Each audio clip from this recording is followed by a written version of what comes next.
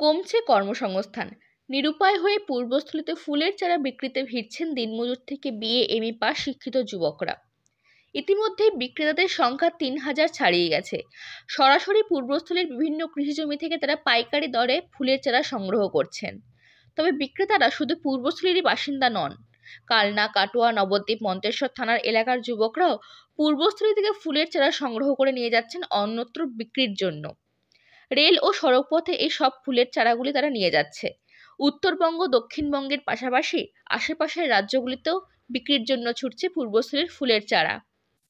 8 বছর থেকে BA pass করেছি, কোনো কাজ ফাজ পাচ্ছি না, তাই আমরা ফুলের আপনার ব্যবসায় নেমেছি। কি করবো, চুরি চামারি তো আর করতে পারি না, করে তো খেতে হবে কিছু।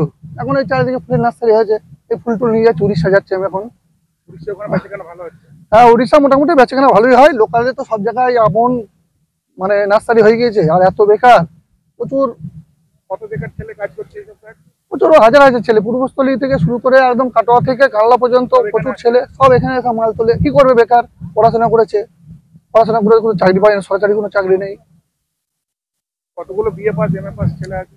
সবই তো এখন শিক্ষিত ছেলে, এমএ বিএ পাস তো বেশিরভাগ ছেলে পেলেই তো এসব করছে। কেউ চা বেচছে, কেউ ফুল বেচছে। সবাই কোথায় কি করে যায় এখান থেকে? আমরা এখান থেকে ট্রেন ধরি, লোকালে হাওড়া যাই, হাওড়া থেকে তারপরে এক্সপ্রেস ধরি, ওখান থেকে যাই। কি নাম আপনার? আমার নাম শঙ্কু ঘোষ। কোথায় বাড়ি? আমার বাড়ি পূর্বস্থলী। মূলত শহরের শৌখিন গৃহস্থরাই এর প্রধান ক্রেতা। বাড়ির লন বা ছাদ বাগানে ফুলের চারা লাগিয়ে তারা সৌন্দর্য উপভোগ করেন। আর বিক্রেতারাও এদের কাছে ফুলের চারা বিক্রি করে লাভবান হন। দিনে একজন যুবক 700 থেকে 1-1.5 টাকা পর্যন্ত রোজগার করেন শুধুমাত্র এই ব্যবসা করে। যুবক, এখানে কোনো কাজকর্ম নেই, আমি পড়াশোনা করেছি, কাজকর্ম কোনো পাইনি, তাই আমরা এখান থেকে ফুল গাছ নিয়ে মেদিনীপুর, হাওড়া বিভিন্ন ডিস্ট্রিক্টে যাই এবং মেদিনীপুরে যাই, ভালো একটু দাম পাই, তো ওখানে আমরা বেচাকেনা করি। কি কি ফুলের চারা নিয়ে? আমাদের এখানে dahlia, ester, calendula, baby doll, মানে ইনকা গাঁদা, বিভিন্ন রকম কালারের গাঁদা, বিভিন্ন। কিভাবে নিয়ে যান? হেঁটে হেঁটে নিয়ে যান নাকি? না, এখান থেকে হেঁটে করে নিয়ে যায়, ট্রেনে নিয়ে যায়, ট্রেন থেকে তারপরে বাসে, বাস থেকে তারপরে আবার ট্রেনে, আবার নেমে বিভিন্ন জায়গায় মাথায় করে নিয়ে পাড়ায় পাড়ায় ঘোরা, এবং বাজারে কেউ যদি বলে যে গাছপালা এনে দিও, তাদের বাড়িতে গাছপালা লাগানো। মোটামুটি ভালো পয়সা হয়? হ্যাঁ, মোটামুটি যা হয় চলে কত যায়। ছেলে কাজ করে? আমাদের এখানে প্রচুর হাজার হাজার ছেলে কাজ করছে, সব বাইরে চলে যাচ্ছে? সব বাইরে চলে যাচ্ছে। কোথায় কোথায় যায় সব? কেউ উড়িষ্যা, কেউ টাটা, কেউ বিহার, কেউ উড়িষ্যার বাইরে, বিভিন্ন রকম। হাওড়া কাটোয়া রেলপথে পূর্বস্থলী, লক্ষ্মীপুর, ফলেয়া, ভান্ডারটিকুড়ি, বেলেরহাট, পাটুলি স্টেশন থেকে লোকাল ট্রেনে ফুল বিক্রেতারা উঠতে দেখা যায়।